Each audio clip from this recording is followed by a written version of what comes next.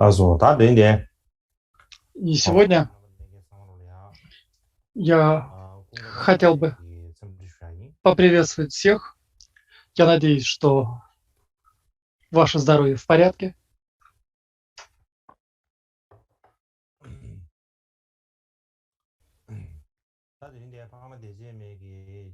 И сегодня второй день весенних учений Арья Кшемы.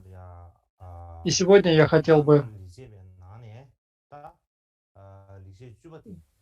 перейти к 10-му деянию карма, о котором мы сегодня будем говорить.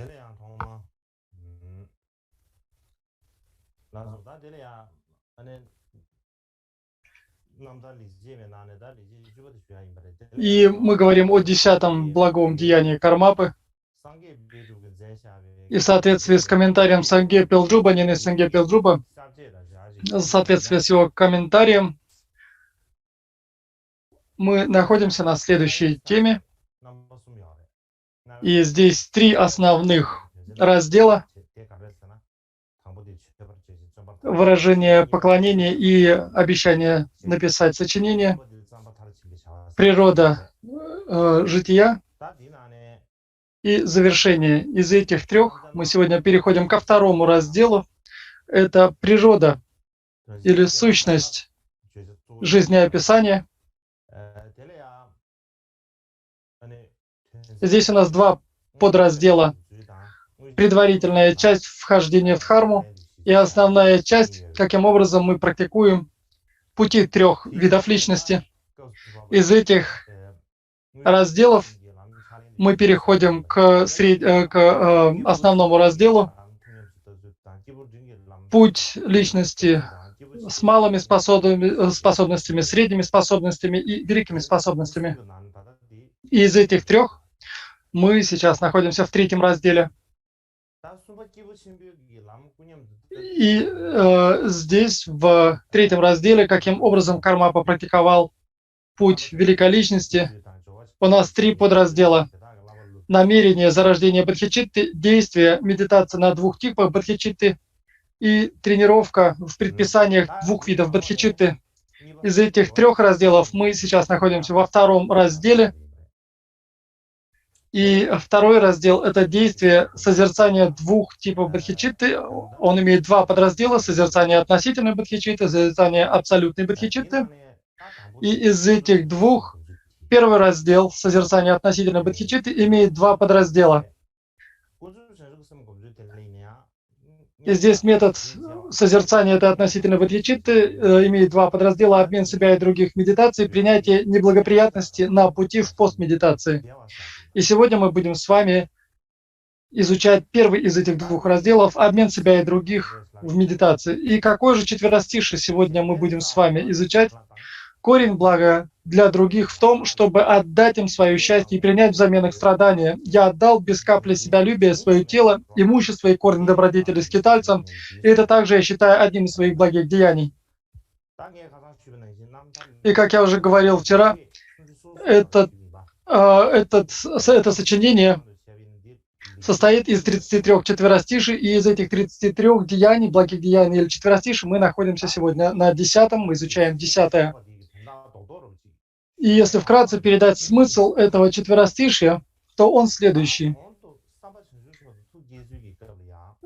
Когда мы говорили о зарождении бодхичитты, мы говорили о том, что если какой-либо человек зарождает истинную бодхичитту, не поддельную бодхичитту, если он зародил такое устремление к полному пробуждению на благо всех живых существ, то тогда он посвящает все свои заслуги, тело и имущество ради того, чтобы все живые существа обрели высокое рождение и абсолютное благо.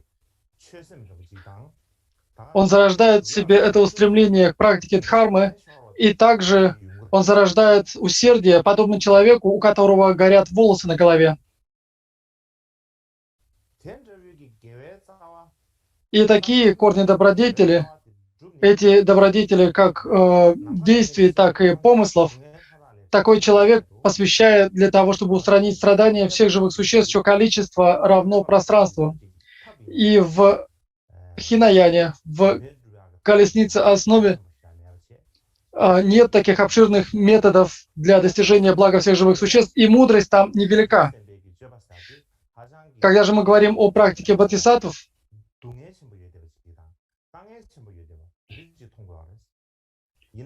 они видят эту практику как нечто трудное, трудновыполнимое. Однако, чем больше страданий, чем больше трудностей,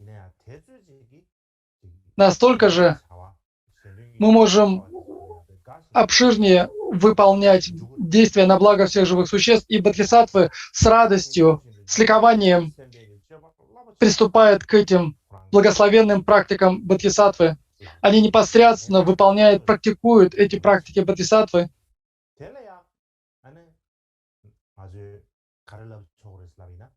И как мы можем это назвать? Мы можем назвать это практикой бодхисаттвы, соответствующей этим строкам. Отдавай выгоду и победу другим, возьми потерю и неудачи на себя. И если мы не знаем этих коренных элементов, если мы не знаем этих важных ключевых элементов, если мы лишь немного практикуем даяние и думаем, что мы практикуем таким образом замену себя на других, если мы думаем, что мы очень много внимания обращаем к страданиям других и пытаемся защитить их от этих страданий, мы думаем, что это и есть практика бодхисаттвы. Другие думают, что если в первой половине своей жизни они будут преодолевать разного рода трудности, если они будут прилагать усилия в этой практике, а в второй половине своей жизни, если они радеют и надеются о том, что люди будут говорить о том, что он хороший практик, хороший лама, и надеяться на то, что те практики и усердия, которые они выполняли в первой половине жизни, принесут пользу во второй половине жизни, это неправильный подход. И некоторые думают, что некоторые стремятся к тому, чтобы обрести победу и пользу, а другим отдать лишь поражение,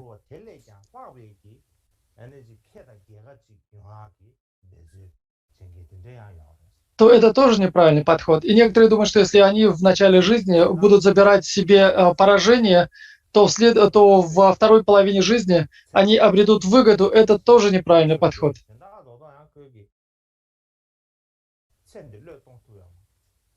И на самом деле такие люди не смогли оставить цепляние за эту жизнь, потому что они ищут выгоды для самих себя, практикуя замену себя на других в начале жизни. Некоторые думают о том, что если в этой жизни они будут делать других счастливыми, если они будут отдавать благо в этой жизни другим, то в следующей жизни они обретут великое благо, они обретут великое счастье. Надеясь на это, они совершают эту практику. И существуют и такие люди. В особенности же некоторые люди думают о том, что я изучаю эту практику, принося пользу другим, заботясь о других больше, чем о себя. Но на самом деле они приносят пользу лишь тем, кто следует им, своим друзьям и близким. А тем же, кому они не нравятся или кто причиняет им вред, они причиняют им страдания, совершенно не считаются с ними и презирают их. Все эти случаи, которые были описаны выше, их подход, восприятие некоторых людей, они могут видеться как практики бодхисаттвы, они могут думать, что этот человек в самом деле занимается практикой бодхисаттвы, но на самом деле этот подход, эти действия,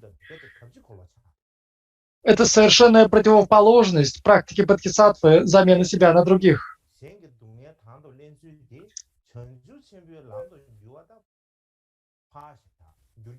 И такая практика не станет путем к достижению полного пробуждения, не станет путем Махаяны. Более того, такая практика является всего-навсего добродетелью Камалоки, сферы желаний.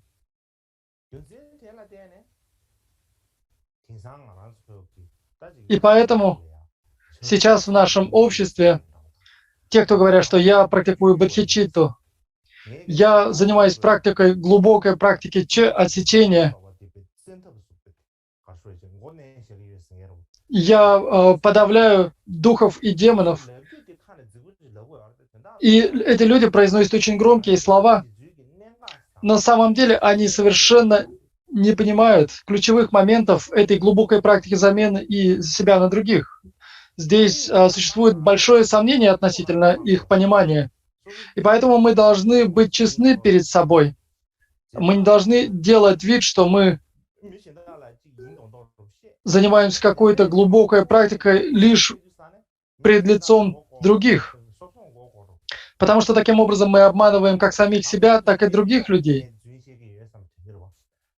И если мы лжем, то мы будем понимать, что мы лжем. Но когда мы лжем очень много на протяжении долгого времени, в конечном итоге мы можем поверить в свою собственную ложь.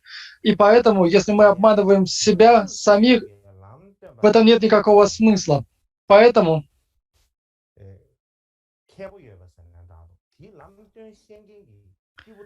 нам необходимо получить наставление по этой практике от знающего учителя о том, каким образом мы можем практиковать великие добродетели на благо живых существ. И это займет много лет, это может занять много времени. И, как я уже говорил прежде, сущность и смысл этого жизнеописания заключается в том, сам Микки-дорджи, 8-й Кармапа, практиковал на благо всех живых существ, которые прежде были нашими матерями. Он зародил великое устремление. И как же он думал? Он думал о том, что все живые существа желают счастья, они не желают страданий. Однако же, какова разница между ариями и простыми живыми существами? Дело в том, что арии стремятся к тому, чтобы принимать или отвергать причины, а простые существа принимают или отвергают результаты. И простые существа,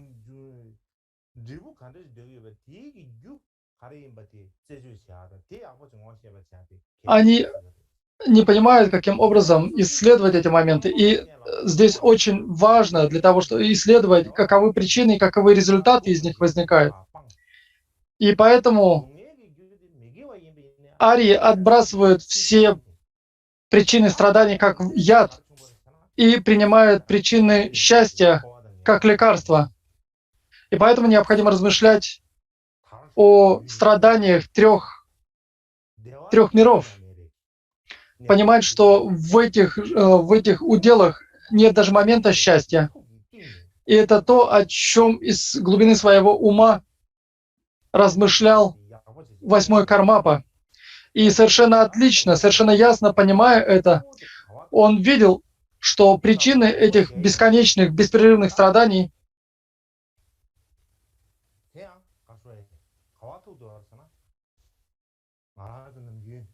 являются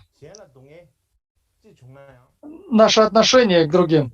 Какие бы страдания ни испытывали другие существа, мы думаем, пусть они испытывают эти страдания, мне все равно. Даже если он умрет, даже если они будут страдать, мне все равно. Когда же речь заходит о нас самих или наших близких, мы думаем, как было бы хорошо, если бы они не болели, если бы они были счастливы, если бы они обрели богатство, если бы они были прославлены в этом миру. И если это происходит, то мы испытываем удовлетворение. И таким образом многие думают, что это основная практика. Они думают, что это то, что необходимо практиковать. И это становится причиной для всех тех беспрерывных страданий, которые мы испытываем. И Микё Дорджи совершенно ясно это понимал. И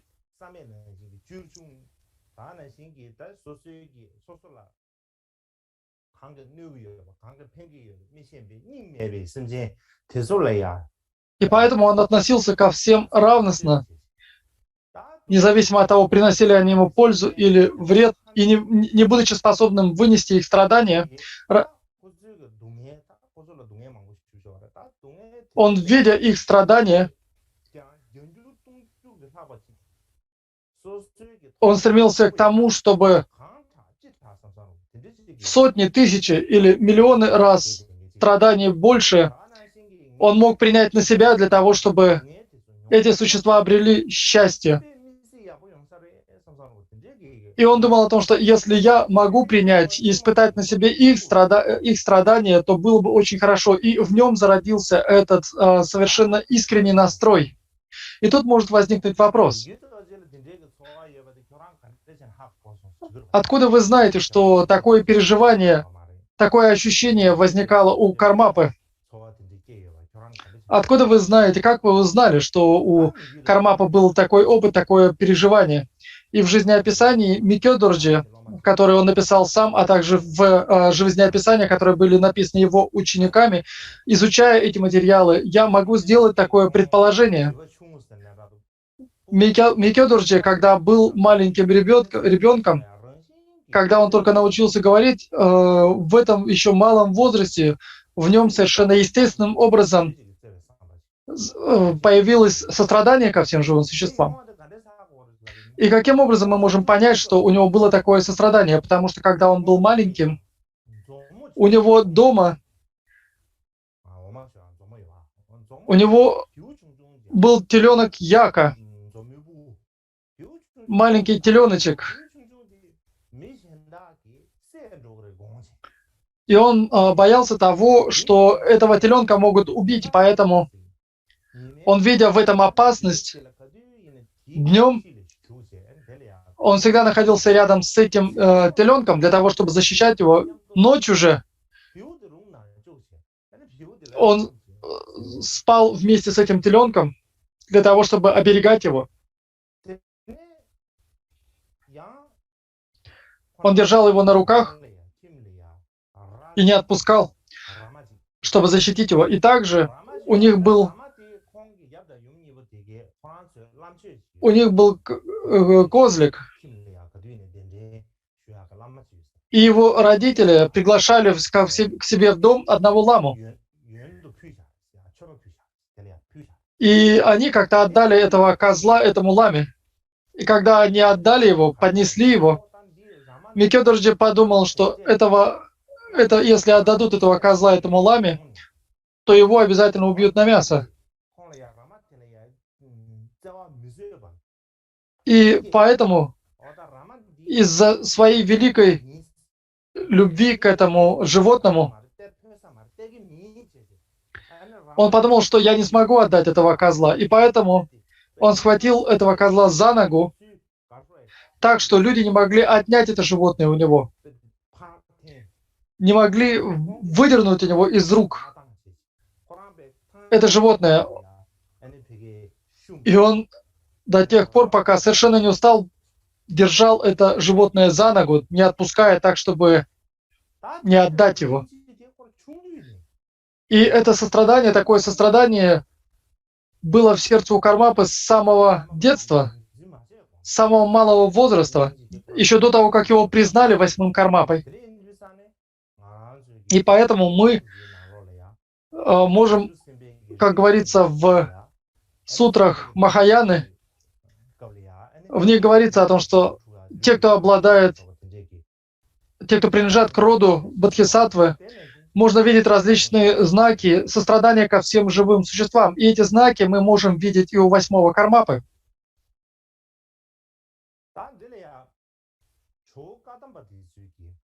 И последователи Кадампы, который идет от Атиши, они говорили: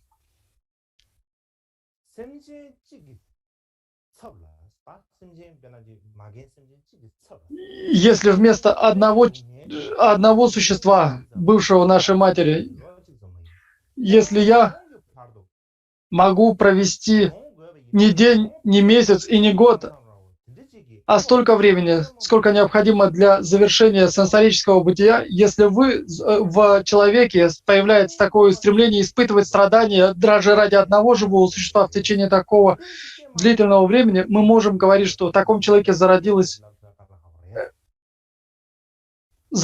это бодхичитта устремление. В противном случае мы не можем сказать, что у такого человека зародилось это бодхичитта устремление. И сперва зарождается устремление, когда же мы занимаемся практикой, мы совершенно не боимся совершать деяния бодхисаттвы. И когда мы обретаем такую готовность, мы можем говорить о том, что в таком человеке появилось бодхичитта действие. В противном случае мы не можем сказать, что у этого человека зародилась такая бодхичитта. И если мы зародили такую бодхичитту, то нет никакой трудности в принятии обетов бодхичитты устремления и действия. И великие учителя Кадампа объясняли таким образом. И 8-й Кармапа, о чем же он думал, какое же понимание у него было? И он думал о том, что все живые существа, чье количество равно пространству, были его родителями, отцом и матерью, были его близкими, друзьями, братьями и сестрами. И в течение бесконечного количества жизней они приносили в жертву свое тело, свое счастье и свои вещи для того, чтобы оберегать его. И это происходило не раз, и не два, и даже не 10 миллионов раз. И таких живых существ было не одно и не два, а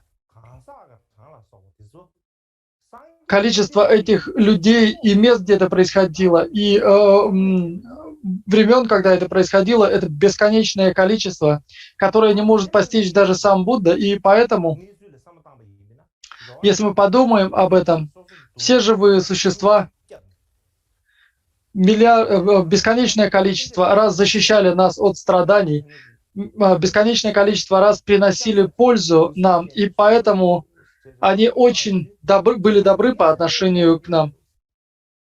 И мы понимаем, что все живые существа, которые прежде были нашими матерями, в самом деле добры по отношению к нам. И это не пустые слова. Он совершенно искренне испытывал такую уверенность. И вследствие этой уверенности, когда он видел, что живые существа испытывают страдания, трудности, у него возникло желание забрать эти страдания, вместо них испытывать эти страдания до тех пор, пока не опустеет самсара. И у него зародилась решимость, а также усердие практиковать таким образом. И это устремление и усердие возникли совершенно естественно. И также он стремился к тому, чтобы заменять себя на других.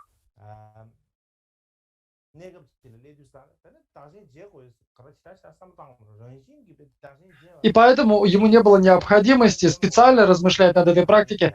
Такое стремление и стремление практиковать замену себя на других возникало в нем совершенно естественно.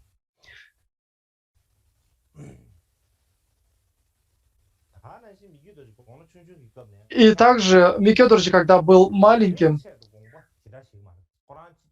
он не стремился к своему собственному благу. Он не стремился к тому, чтобы обрести какую-то радость или наполнить свой желудок, или к тому, чтобы к нему хорошо относились и так далее. Он все время заботился о том, чтобы другие не испытывали трудностей и страданий.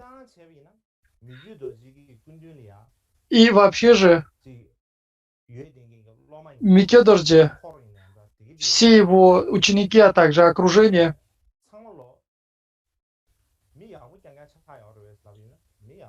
Можем ли мы сказать, что все они были хорошими людьми? Среди них были хорошие люди, но были и плохие. И если мы посчитаем, кого было больше хороших или плохих, наверное, плохих было больше. И эти ученики, и это окружение постоянно жаловались Кармапе. Они говорили, это не так, то не так. Что бы он ни делал, они все время говорили ему, что это не так, то не так. И даже когда он давал им наставления, они не слушали его. И они совершали разного рода неблаговидные поступки. Тем не менее, Кармапа с равностью относился к ним. Что бы они ни делали, он относился к ним с состраданием. Он не думал, что они доставляют, что они не считаются со мной, они не уважают меня.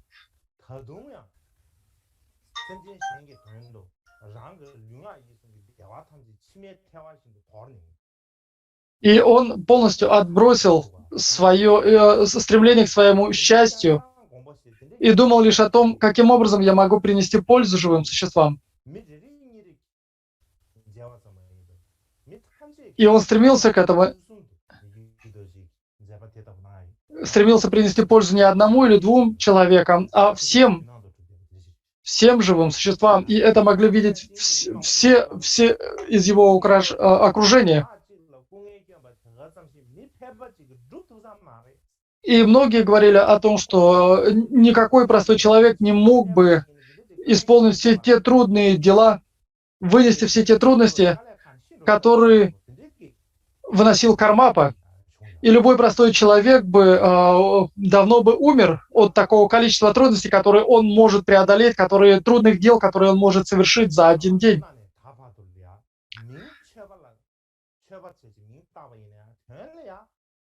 И очень часто, когда человека называют практиком дхармы, если возникает какая-то опасность для блага и славы этого человека, то он готов пожертвовать своей жизнью, лишь бы не потерять эти вещи. И на самом деле это было так прежде, и сейчас это всего-навсего отражение практикующего дхарму. Это не настоящие практикующие дхармы. Но если мы посмотрим на деяния Кармапы, мы увидим, что с ним это было не так.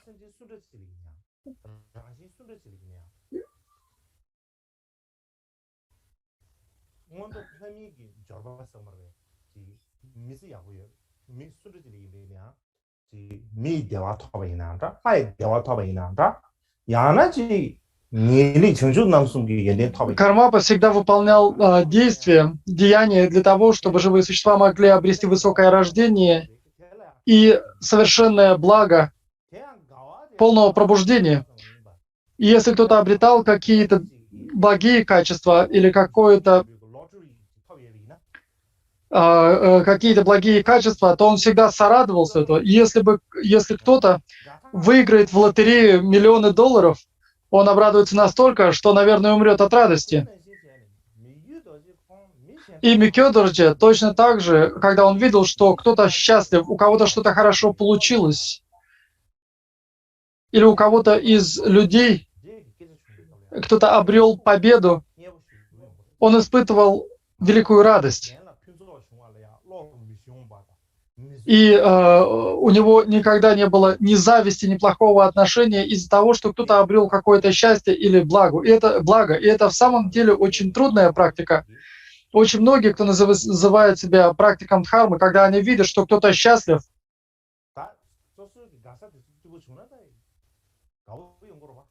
если это кто-то, кого они любят, кто им нравится, то они могут это вынести. Но если кто-то испытывает счастье, кого они не любят, у них сразу же начинаются сердечные боли. Они не могут этого вынести. На самом деле, если мы посмотрим на это,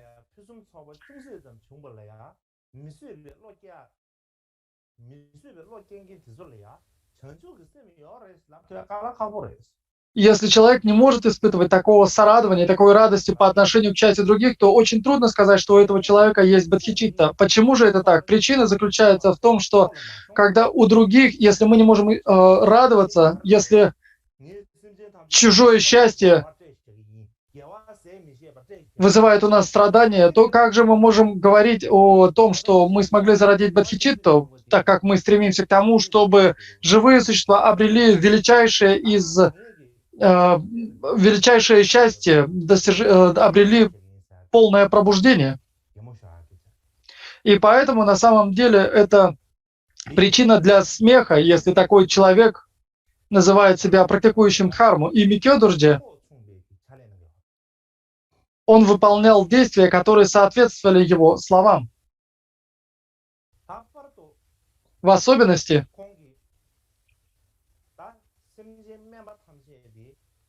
ради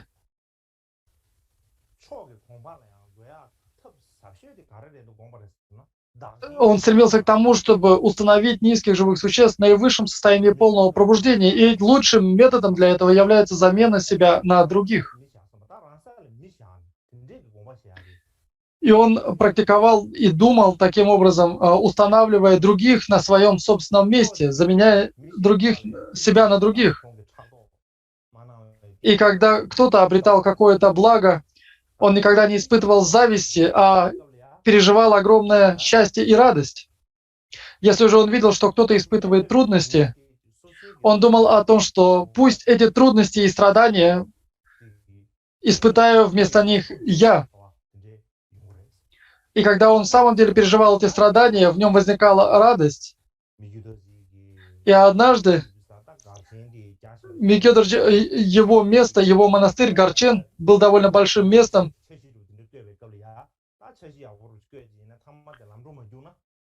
И когда он строил какие-то планы, иногда они не воплощали жизни. Или какие-то из его замыслов иногда они не были исполнены. И когда это происходило, он никогда не обвинял других. Он всегда говорил, что я не смог это сделать. Я не смог добиться успеха. Он никогда не указывал на других и не ругал их, и никогда не говорил, что вина в этом лежит на тебе. Когда же что-то происходило хорошее, когда ему что-то удавалось сделать, когда он выполнял свои планы, он говорил о том, что этот человек смог это сделать, или тот человек смог это сделать. Он никогда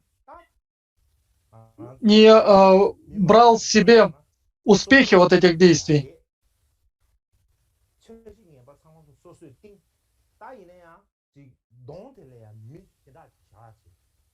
Он никогда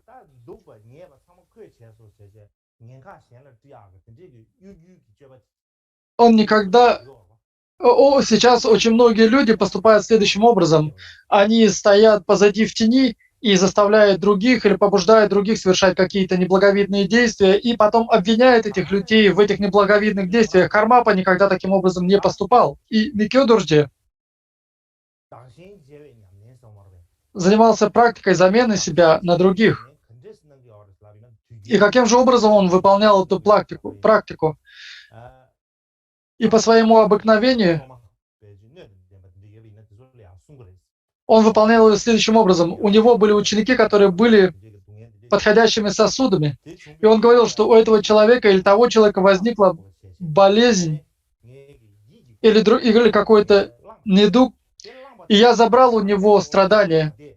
И вследствие того, что я забрал у него это страдание, я сейчас испытываю болезнь, я сейчас испытываю этот недуг на себе. И он говорил об этом много раз своим ученикам, которые являлись подходящими сосудами. Он забирал чужие страдания и испытывал их вместо других живых существ. Из-за этого иногда у него в теле возникали болезни, разного рода расстройства и прочее. И другие простые живые существа не знали об этом, не знали о том, что он практикует таким образом. И почему он поступал таким образом? Потому что если рассказывать об такой практике всем, то это станет одной из 8 мирских дхарм. И поэтому он не рассказывал это всем, но иногда, время от времени, он говорил об этом своим ученикам, которые были подходящими сосудами.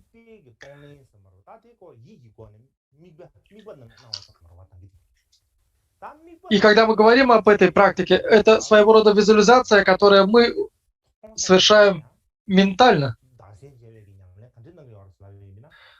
Но каким же образом он занимался этой практикой на физическом уровне?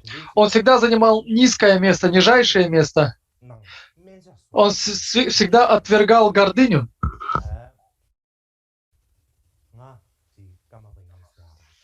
Он никогда не говорил, что я кармапа или я занимающийся практикой дхармы. Он никогда не говорил о своих достоинствах и благих качествах. И когда не было необходимости, он никогда о них не говорил. Когда же была необходимость для того, чтобы развить веру в каком-то из языков, он иногда немного говорил о своих благих качествах. Там же, где такой необходимости не было, там, где такое повествование было не нужно, он не говорил о своих достоинствах. Он никогда не восхвалял себя. И он всегда воспринимал других как равных себе, как своих друзей. Он никогда не говорил, что я кармапа, я должен сидеть выше, а вы должны сидеть ниже. Он никогда не воспринимал других как кого-то, кто ниже себя. Он всегда воспринимал их как равных. И он никогда не восхвалял свою традицию кагью, никогда не поносил другие традиции и других личностей, и традиции этих личностей. И поэтому некоторые из представителей Каги, последователи Каги того времени говорили, что Микё Дорje, его величие, его знание, его сострадание и власть огромны. И он мог бы подавить множество людей.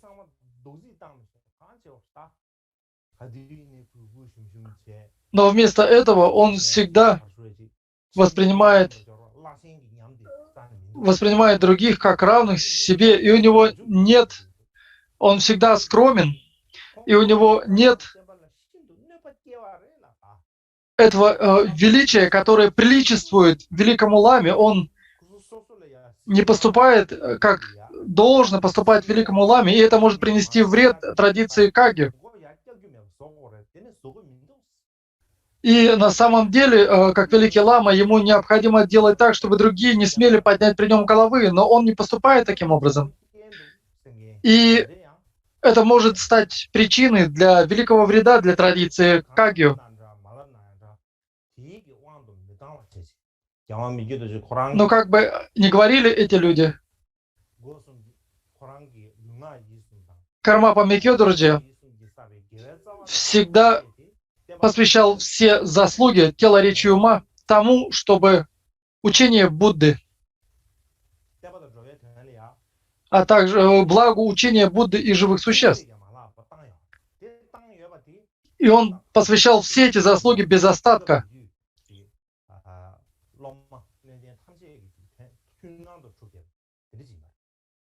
И все это могли видеть его ученики, которые являлись подходящими сосудами. И поэтому мы можем сказать, что все его деяния, которые он совершал, были практикой замены себя на других. И все его деяния, все его жизни можно назвать этой практикой замены себя на других. И теперь давайте сделаем перерыв на полчаса.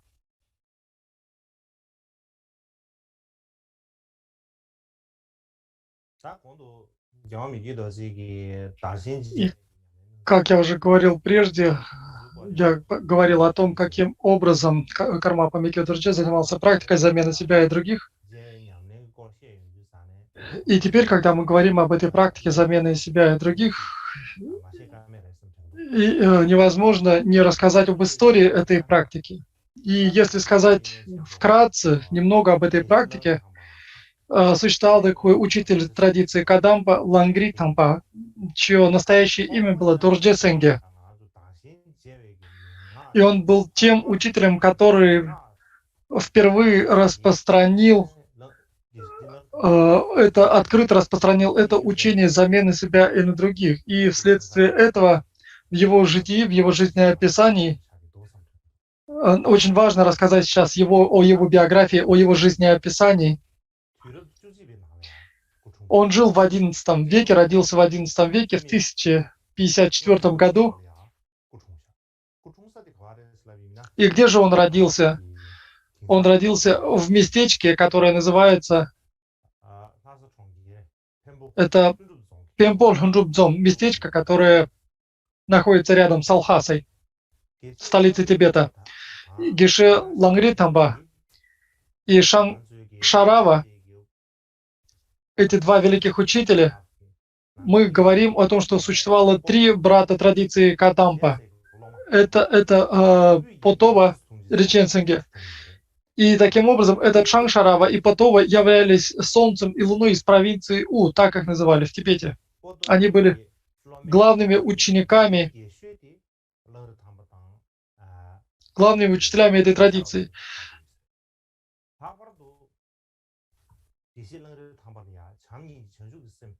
И Геше Лангритамба, учение о замене себя и других перешло к этому великому учителю,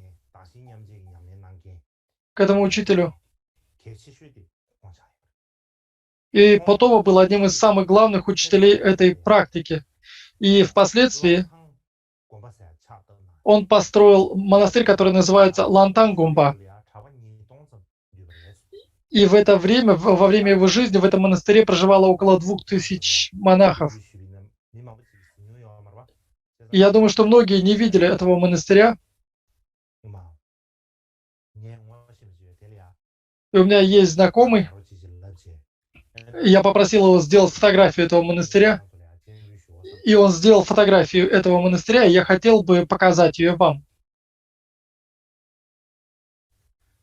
Сейчас вы видите на фотографии. Таков монастырь Лантангумба. Вы видите, это главный молитвенный зал. И прежде это монастырь был традицией Кадам. Впоследствии он стал монастырем с традицией Сакья, и сейчас это Сакьяпинский монастырь, в котором поддерживается традиция Сакья, школа Сакья.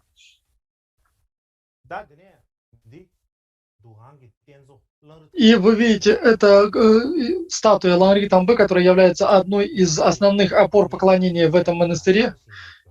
И, по всей видимости, это новая статуя, которая была построена после культурной революции. Если мы присмотримся, у него довольно удивительная шапка на его голове. И мне кажется, что это так называемая шапка Дахпоримбачи, Дахшу. И она была, шапка Дахпоримбачи была сделана по примеру этой шапки Кадампа. Я думаю, что первоначально это была кадампинская шапка, которая была положена в основу или взяла это как пример для шапки Дахшу. И также Панчен, Лосан Чуги Гянцин, а также последователи традиции Вэнсан Нигю, они надевали похожие шапки. Шапки, которые похожи на Дахшу, на шапку Дахпоримбачи. И я думаю, что между этими шапками есть определенная связь. Это статуя Геше Лангритамбы, которая была сделана на примере старой статуи. И это одна из основных статуй в главном молитвенном зале этого монастыря Лантангун. И устная традиция наставлений, замены себя на других, была тайной практикой традиции Кадам. Она не преподавалась большому количеству людей, она не преподавалась открыто. Однако Лангритамба он написал сочинение, написал его в стихотворной форме, в которой объяснял стадии визуализации этой практики. И он начал преподавать это учение большому собранию монахов. Он давал обширные учения по этому тексту, и поэтому это устное наставление замены себя на других стало постепенно популярным в Тибете, оно стало распространенным в Тибете. До этого это устное наставление по замене себя и других было тайным. Его передавали только тем ученикам, которые являлись подходящими сосудами.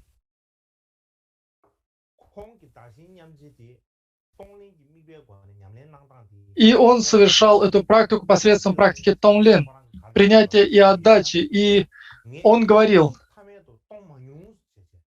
о том, что я никогда не испускал обыкновенного или обыденного дыхания. То есть он никогда не дышал, не совершал дыхание бесполезно, без какой-то пользы. И что же это, на что это указывает? Это указывает на то, что он всегда занимался практикой замены себя и других, практикой принятия и отдачи. И каждое его дыхание, каждый его вдох и выдох были смешаны с этим устным наставлением замены себя и других. То есть все его дыхание приносило пользу и благо всем живым существам. Эти его слова указывают именно на это. И поэтому в Тибете, среди многих текстов по лоджонгу, тренировке ума, одним из самых известных является наставление по 7 пунктам тренировки ума, которые были написаны Геше Чекавой. И говорят, что впервые его вера по отношению к Адирадити Кадам зародилась, когда он увидел текст у одного из Геше, текст 8 строф тренировки ума Лангритамбы, который был написан Лангритамбу. И прочтя этот текст, у него появилась вера, зародилась вера по отношению к этой традиции Кадам. Говорят, что таким образом он впервые зародил веру к этой традиции. И здесь необходимо кое-что объяснить. Когда мы говорим о тренировке ума в 8 строках, существует 2 версии этого текста. В прозе и стихотворный вариант. И очень важно знать о том, что существует 2 варианта этого текста. Я думаю, что так называемые 8 строф тренировки ума первоначально были написаны прозой. И почему это так? Когда мы говорим о 8 строфах, обычно мы говорим о фразе или строке. И в данном случае мы говорим слово «цик», которое обозначает не слово, а фразу или строку. И если мы возьмем 8 строф, то они не вмещают в себя все эти 8 фраз или строф. Если мы возьмем текст, написанный прозой, то он как раз включает в себе эти 8 строф или фраз. И существует также и комментарий, написанный Джа Чекава. Если мы посмотрим этот комментарий на этот текст, то мы увидим, что он опирался на прозаический вариант, на вариант, который написан прозой. И поэтому вследствие этой и многих других причин я думаю, что этот текст, который называется по-тибетски «Лоджон Цигема», тренировка ума в 8 строфах, был написан не в стихотворной форме, а прозой. Я не хочу сказать, что автором этого текста не является Лангритам, но я предполагаю, что он был написан не в стихотворной форме, а прозой. Некоторые из ученых говорят, что этот текст Лангритампы 8 строф тренировки ума, когда он впервые писал этот текст, когда он написал первое четверостишие, «Да буду я всегда заботиться обо всех существах, считая их намного превосходящими, исполняющими желания драгоценность или достижение наивысшей цели». Он написал это четверостишие, и в конце этой фразы стояло слово «лаб», что значит «я буду тренироваться». И затем Сангчемпа Дharmasana изменил этот текст и написал «пусть я буду практиковать». То есть таким образом он внес небольшое изменение в этот текст. Но первоначально в оригинальном тексте Лангритампы в конце фразы стояло слово «я буду тренироваться». Фраза «я буду тренироваться». Геше Лантампа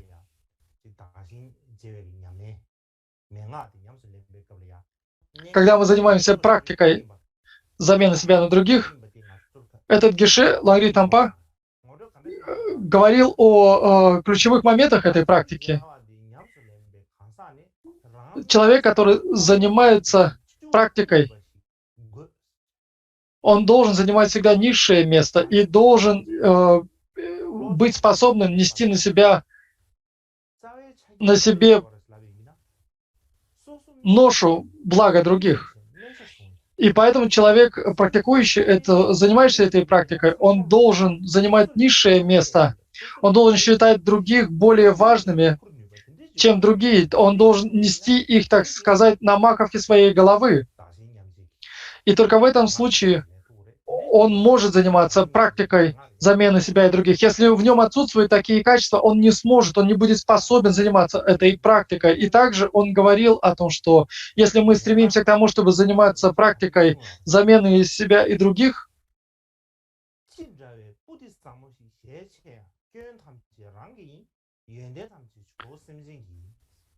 необходимо думать, что все недостатки принадлежат мне, а все достоинства принадлежат другим.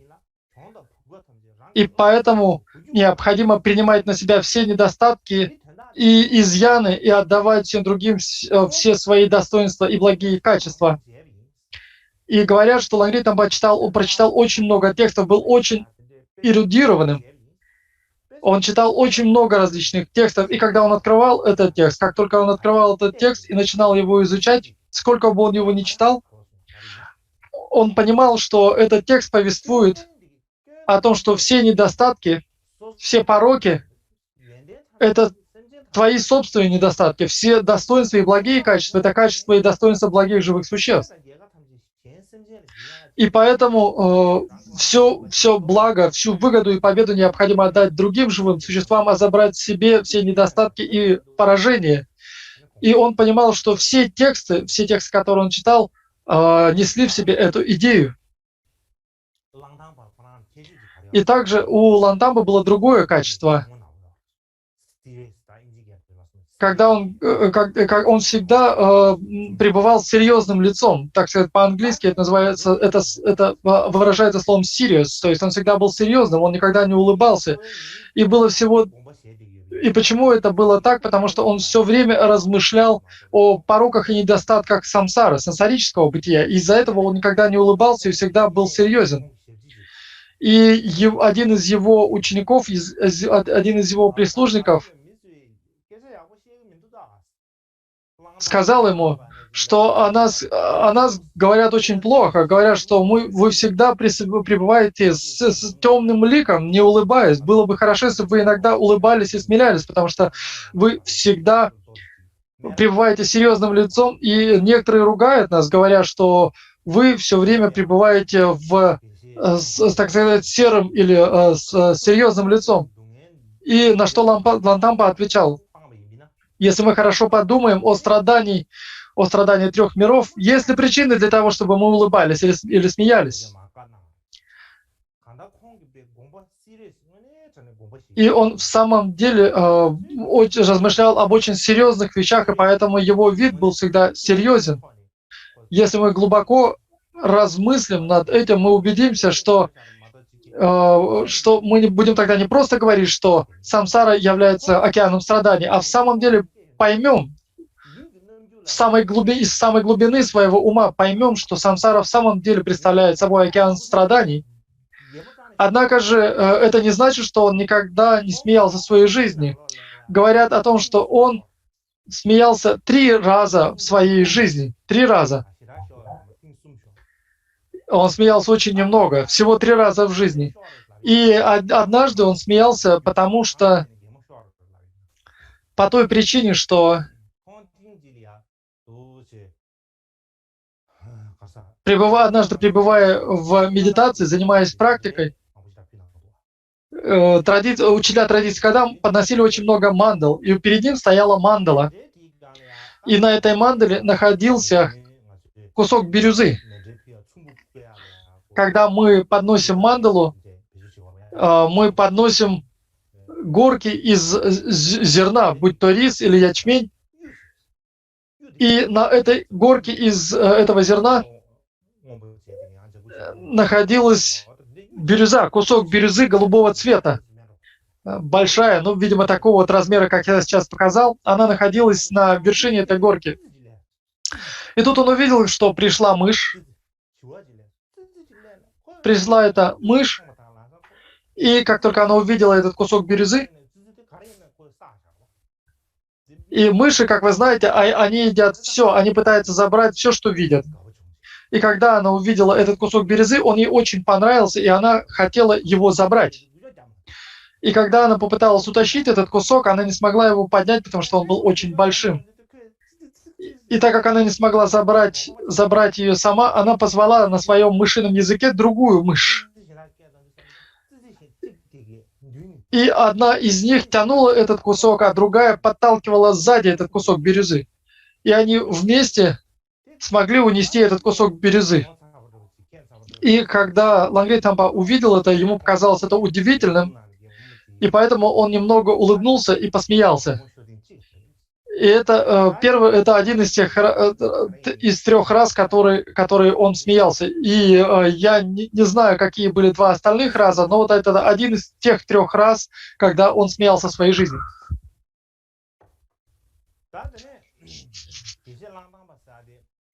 И у Геше Лантамбы он занимался практикой замены себя на других, и он не просто думал об этом, но и непосредственно практиковал это в своей жизни. И, например, если мы приведем пример его практики, однажды он давал учение большому количеству монахов. И пришла одна женщина в этот момент и посадила ему на колени маленького младенца.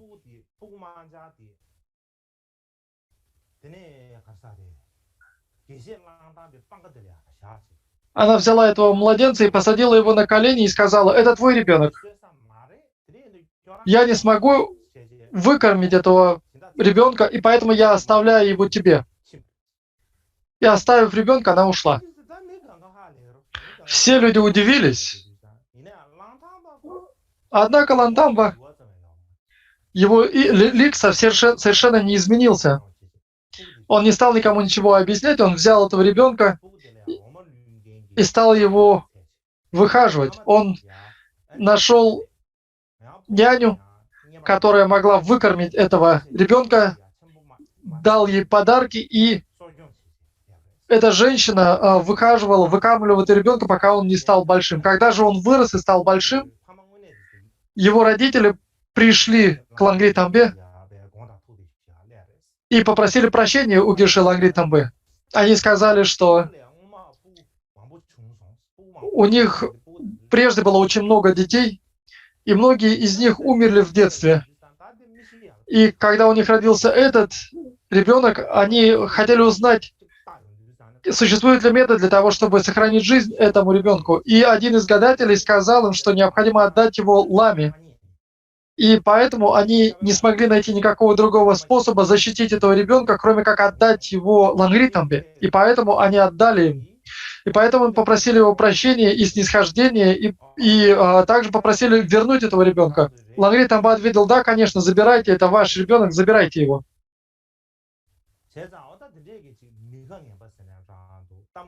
И поэтому даже когда Лангри Тамбу бесславили и оскорбляли, он никогда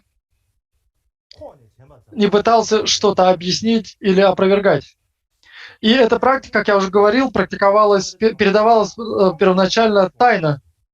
И у него было много великолепных учеников. Например, Геши Чавокамба, Геши Гячагрива, а также Ралуцева, который был известным практиком Ваджрабайравы и одним из великих учителей линии преемственности Ваджрабайравы. Все эти учителя были его учениками. А также основатель традиции Шампакаки, Махасидка Кюмбонельджор, также был одним из учеников Геше Лангри Тамбы. И есть такая история об этом. Кюмбонельджор отправился в Индию, и он встретился там с ламой Дурджидемой, ламой, который жил в Ваджрасане. И он попросил его даровать ему обеты бхикшу, полнопосвященного монаха. И этот индийский учитель, лама Дурджидемпа, ответил, что я не могу стать твоим упадьяй, я не могу стать твоим наставником в этих обетах. У меня нет такой силы, нет такой возможности. Отправляйся в Тибет. В Тибете есть Ламри Онден Семтоджен, есть место Лангри, из которой исходит золотой свет, и там пребывает проявление Амитабхи. Отправься к нему и попроси его даровать обеты, полные монашеские обеты. И в соответствии с этим предсказанием Кхюмпон Ильчор отправился в Тибет, пришел в эту местность Лантан, и в то время Лангри Тамбе было около 40 лет. И он стал его наставником в монашеских обетах и даровал его монашеские обеты. И Джубчен Махасидха Кхюмпон Ильчор стал таким образом учеником Лангри Тамбе.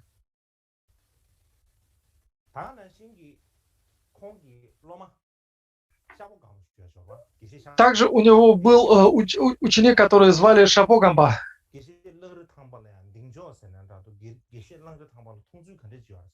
И как же он воспринимал этого учителя Лангри Тамбо, этот великий Геше Шапогамба?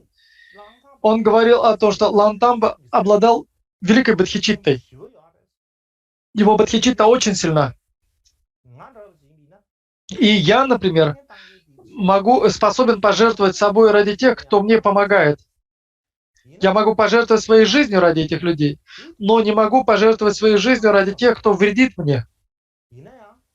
Однако Лангри Тамба может практиковать оба деяния, то есть он может приносить пользу как тем, кто приносит ему пользу, или тем, кто вредит ему. Он может пожертвовать своей жизнью ради обоих видов людей. И поэтому его любовь и сострадание, сила его любви и сострадания и бодхичитты были настолько велики.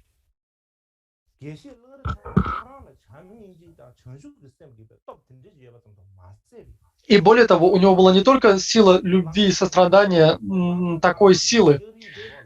Говорят, что во дворе, в ограде этого монастыря живые существа не причиняли вред, животные не причиняли вред друг другу. Когда они заходили внутрь ограды этого монастыря, они не причиняли вред друг другу.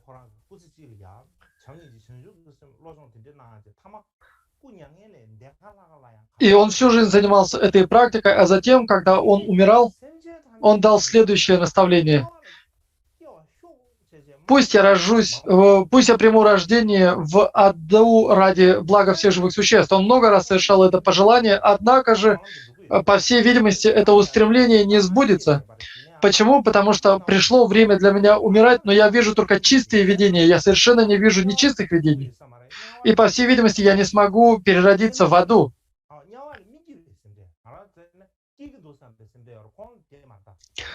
У нас обычно беспокойство состоит в том, что мы переродимся в адах. Его же беспокойство состояло в том, что он боялся, что он не сможет переродиться в адах. Настолько было велико его родение о благе живых существ. И в 1123 году он умер. И когда он умер, одна из старых женщин, которая проживала рядом, в Лантанге, она пришла для того, чтобы обойти это святое место Лантан. И она спрашивала у других людей, что сегодня произошло. Совершенно не похоже на другие дни. И почему же это так? Потому что прежде, когда Лангри Тамба был жив, то волки не убивали овец. Соколы не убивали птиц. Сегодня же, когда я пришла в Лантан, я увидела, как сокол схватил и унес птицу. Что-то произошло. Наверное, Лангри Тамба покинул этот мир. Наверное, он оставил этот мир, сказала эта женщина. Она не знала, что он умер, потому что она прибыла рано утром, и в то же утро Лангри Тамба покинул этот мир, и в то время не было ни телефонов, ни других средств связи. И она сказала этим людям, что, наверное, что-то произошло, наверное, этот учитель умер, потому что раньше животные никогда не причиняли вред друг другу. И я видела сегодня, как сокол унес птицу. И это было известно всем о том, что всем тем, кто жил в соседних селениях, о том, что в пределах этого монастыря животные не причиняют вред друг другу. И затем его тело было помещено в ступу. Вы видите сейчас на изображении эту ступу. в которой находится его тело. И этот ступа все еще стоит в монастыре Лантан. И есть традиция, которая гласит, что когда люди совершают, то есть точно так же, как люди совершают обхождение этой ступы, точно так же и боги совершают обход этой ступы. И хотя мы не можем их видеть, они тоже ходят вокруг этой ступы, совершают обход этой ступы. Однако, если человек наступит на тень божества, то это причинит вред этому божеству. И, соответственно, вследствие причинения вреда божеству будет причинен и вред тому, кто причинил вред этому божеству. И поэтому Геше Шангчунба ввел новое правило, что с утра и до обеда люди могут совершать обход этой ступы. После же обеда и до вечера боги и демоны, боги и духи будут совершать обход этой ступы. Он ввел такое новое правило, и это правило сохранилось до наших дней. Если вы посмотрите на фотографии, вы увидите надпись над дверью, над воротами к этой ступе о том, что люди могут совершать обход этой ступы только с утра и до обеда, а с обеда и до вечера такая возможность предоставляется богам и духам. И эта традиция осталась до сих пор, это правило осталось до сих пор. И те, кто слушает сегодняшнее учение, я думаю, что если у вас у всех есть возможность и свобода для того, чтобы отправиться в это место, в это местечко Пемпо в Центральном Тибете, и вы можете отправиться в этот монастырь Лантангумба для того, чтобы увидеть эту ступу с телом Ларитамбы. И я думаю, что это принесет огромную пользу для зарождения Бодхичитты. Почему так? Потому что он является сущностью Бодхичитты. Он является живым воплощением Бодхичитты. Поэтому, если вы отправитесь сюда и будете молиться этому учителю Ламри Тампа, я думаю, что это принесет вам большую пользу. И именно по этой причине я решил показать вам эти фотографии монастыря Лантангун, а также рассказал вам вкратце об этой ступе.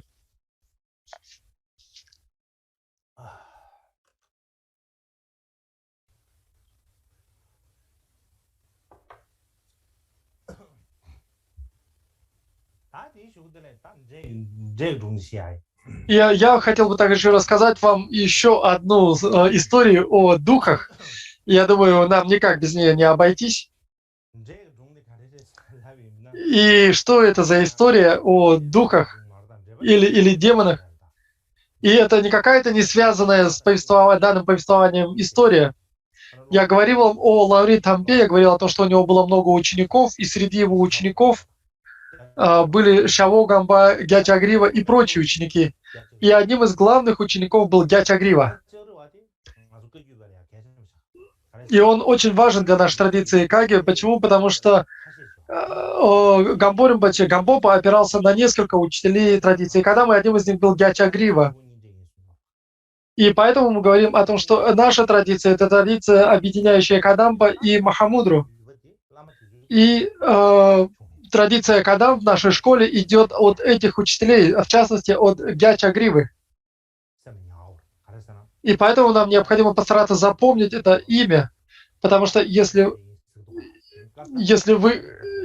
вы говорите о том, что вы последуете традиции, и мы говорим о том, что эта традиция соединяет в себе Кадампа и Махамудру, то необходимо знать, от кого происходят эти учения. И даже если вы не помните имена других учителей, запомните это имя Гячагрива. Гячагрива — тот учитель, от которого Гамбопа получил наставление по Кадам. И поэтому очень важно удержать в памяти сегодня это имя, и для этого я расскажу историю. Это удивительная история. И для того, чтобы обрадовать вас, доставить вам удовольствие, я расскажу эту историю. И Гячагрива, он родился, в большинство истории Кадамбы говорит, что он родился в провинции Кам на востоке Тибета. Однако в биографии Ралыцева говорится о том, что он происходил из Пемпо в Центральном Тибете. И существует две традиции. Однако общеизвестная традиция говорит о том, что он родился в Каме на востоке Тибета. как бы там ни было, его отец умер, когда он был маленьким, когда он был еще малышом, и у него была только мать, то есть у него их осталось двое, мать и ребенок. Но и у матери, кроме него, было 6 других детей, которые умерли один за другим. И в Тибете есть такая традиция, если в семье умирают дети, если умерли и дети, и отец, некоторые говорят, что его такая мать, супруга этого отца, этого мужа является демоницей. И на английском мы называем это witch, ведьма.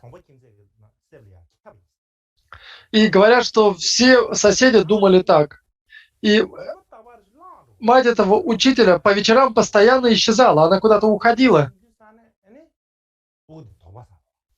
И однажды этот мальчик подумал, что очень странно, куда постоянно исчезает его мать. Необходимо разобраться в этом вопросе. И однажды он сделал вид, будто бы засыпает.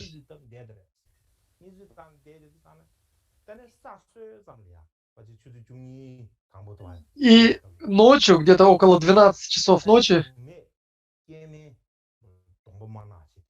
он увидел двух женщин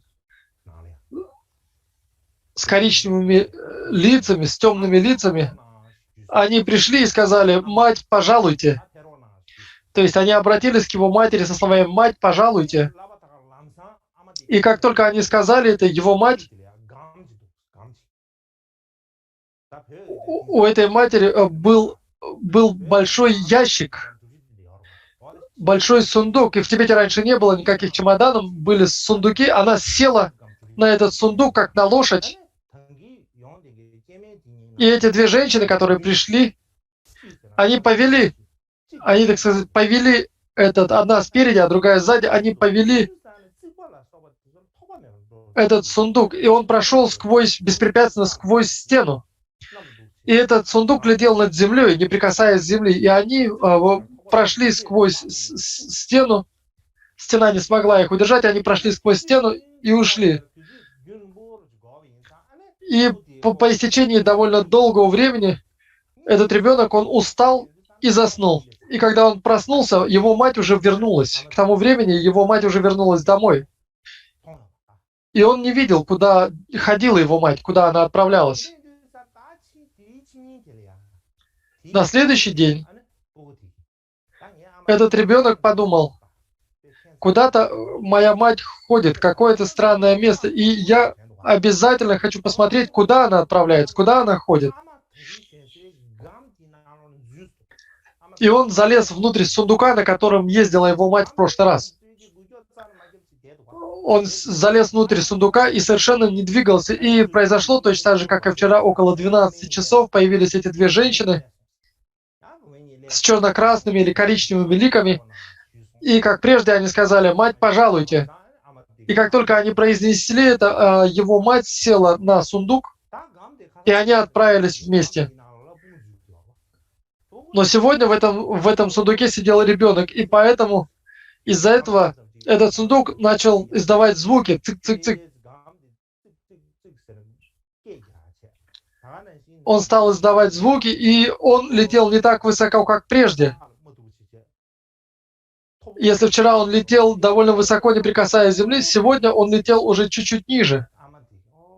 И его мать сказала: «Мое ездовое животное сегодня как-то не очень хорошо идет». То есть она называла лошадью свой сундук. И затем они прибыли на кладбище. И на этом кладбище было очень много женщин, которые собрались вместе. И здесь очень важно знать один момент.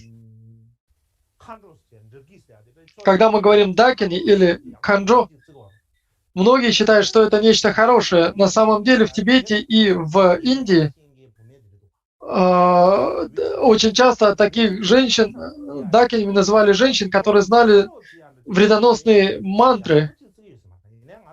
И многие относились к ним плохо, не очень хорошо. Сейчас же, когда мы говорим Дакеля, все сразу думают, что это какой-то особенный человек или особенная женщина. Но на самом деле Дакини очень часто ужасающие. Дакини, если мы не относимся к ним хорошо, то они могут использовать эти злобные мантры, эти вредоносные мантры и создать нам трудности. И когда они прибыли на это место, она была предводительницей этих женщин. И они поставили этот сундук, на котором она ехала в середине, и она использовала этот сундук как своего рода трон для себя. Остальные женщины сели вокруг на нее на землю,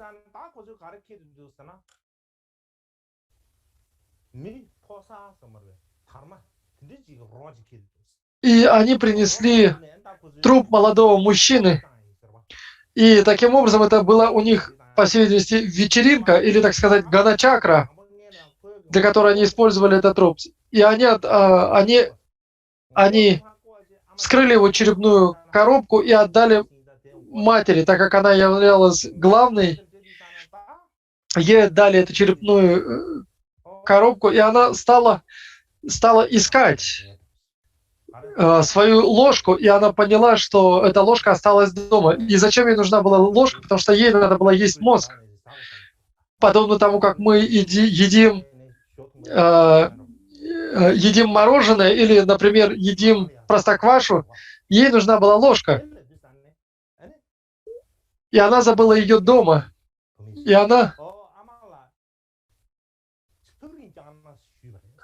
И одна из женщин, которая находилась в этом собрании, она сказала: протяните свою длинную руку. И в тот же момент мать, не вставая с этого трона, с этого сундука, протянула руку, и ее рука стала удлиняться. И она стала настолько длинной, что достигла ее дома. И затем она взяла из дома свою ложку и принесла ее сюда. И затем она взяла эту ложку и начала есть мозг трупа. И сундук, на котором она сидела, был деревянный сундук.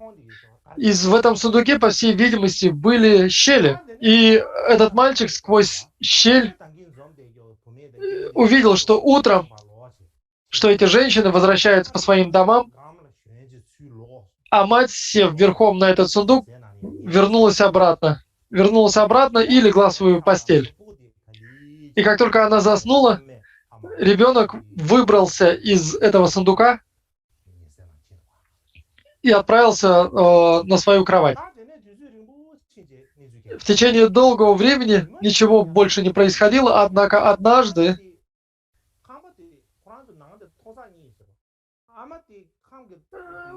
их дом был двухэтажный, и его мать сидела на втором этаже и пряла шерстяную нить. И когда она пряла эту нить, это пряло, оно упало вниз. Это деревянная вещь, с помощью которой прядут нить, она упала на землю, на первый этаж. И она попросила своего сына: принеси, пожалуйста, эту вещицу.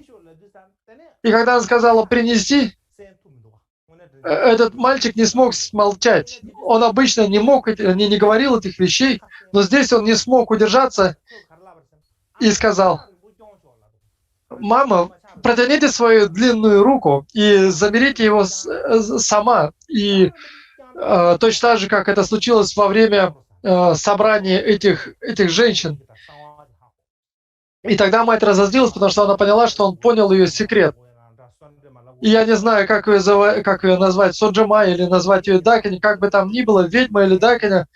Она испугалась, что он расскажет об этом другим. Она разозлилась, и она схватила его за волосы и несколько раз встряхнула. И когда она встряхнула его несколько раз, он мгновенно превратился в собаку. В лающую собаку. Его человеческое тело превратилось в собачье тело, в тело собаки. И хотя его тело стало собачьим, его мысли сохранились или остались человеческими. Он продолжил мыслить как человек. И поэтому он отличался от других собак и испытывал великие страдания. И он думал, что если я буду жить так дальше, то в этом нет никакого смысла. И лучше я совершу самоубийство, покончу свою жизнь с самоубийством. Я прыгну в воду и утоплюсь. И когда он отправился для того, чтобы совершить самоубийство, он услышал, что люди по дороге разговаривают о Лантамбе. Они говорят, что у него великие достоинства, у него великие благие качества. Когда он услышал об этом, он понял, что Геше Лантамба обладает великим состраданием, великой силой и великими качествами. И если я отправлюсь к нему, то я смогу освободиться из этого тела, я смогу снова трансформировать собачье тело в человеческое. И он решил отправиться к Геше Лантамбе. И в историях Кадампа говорит о том, что эта собака отправилась с торговцами в Юцан, в Центральный Тибет из Восточного Тибета, следуя за этими торговцами. Сам бы он не смог добраться до Центрального Тибета, и поэтому она последовала за торговцами, чтобы прийти в Центральный Тибет.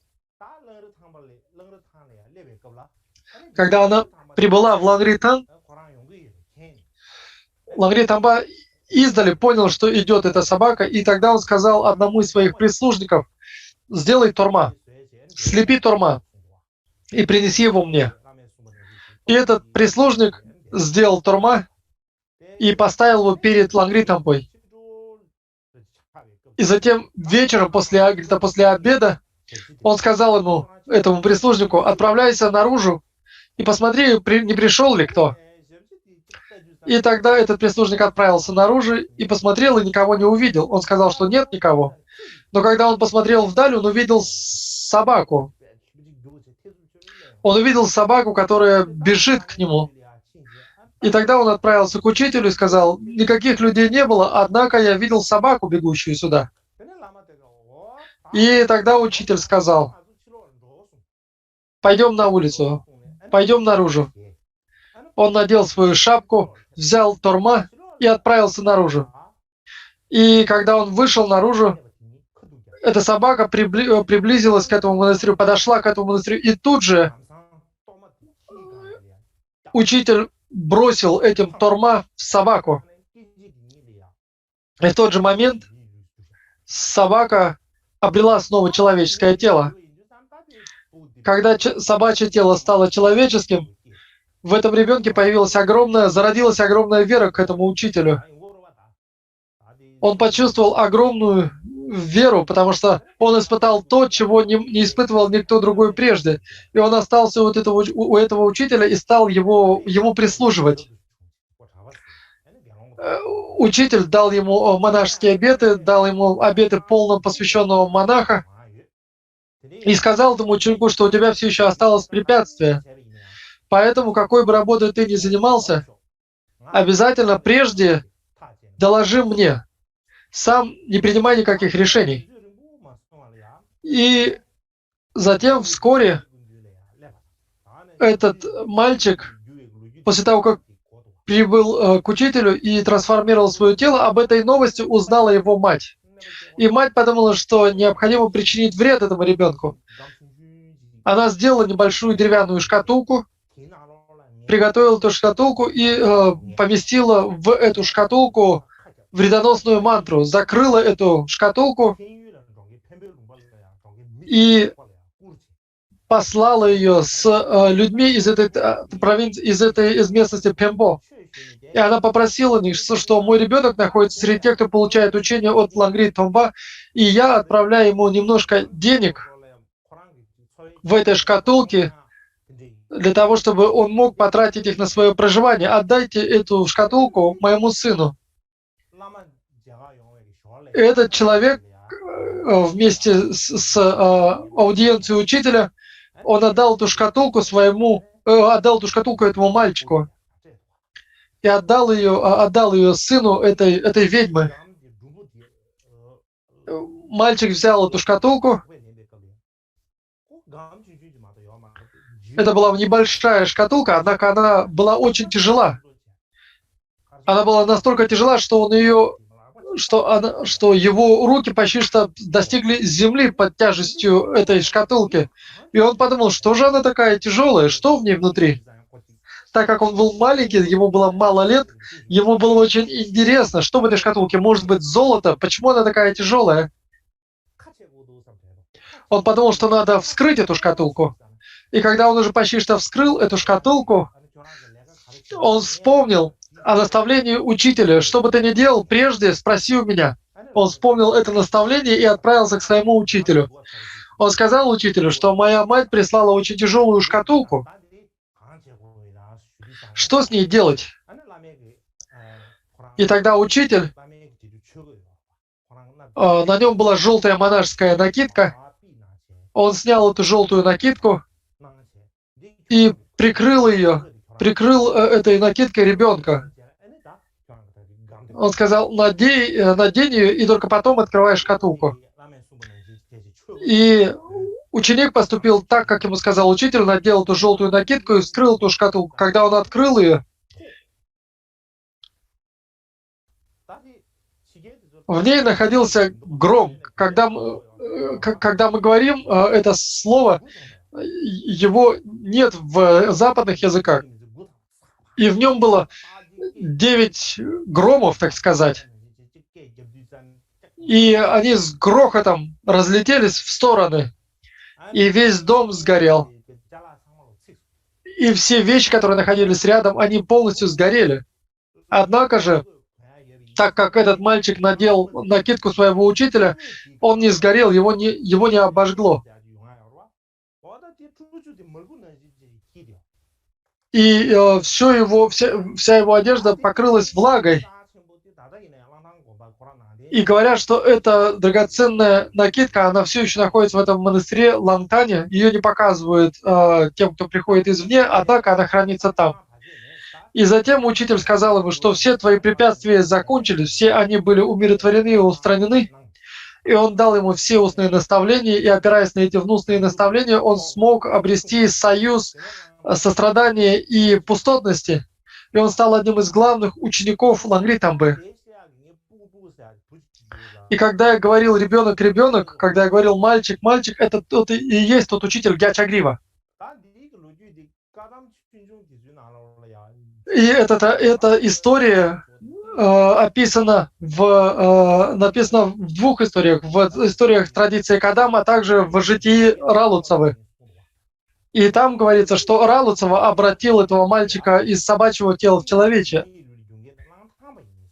Однако в традиции Кадам, в этих историях говорится о том, что Лантампа совершил это деяние. Я думаю, что, наверное, достовернее история о том, что Лангри Тампа обратил собаку обратно в человека. И поэтому эта история связана сегодня с повествованием о традиции Кадам.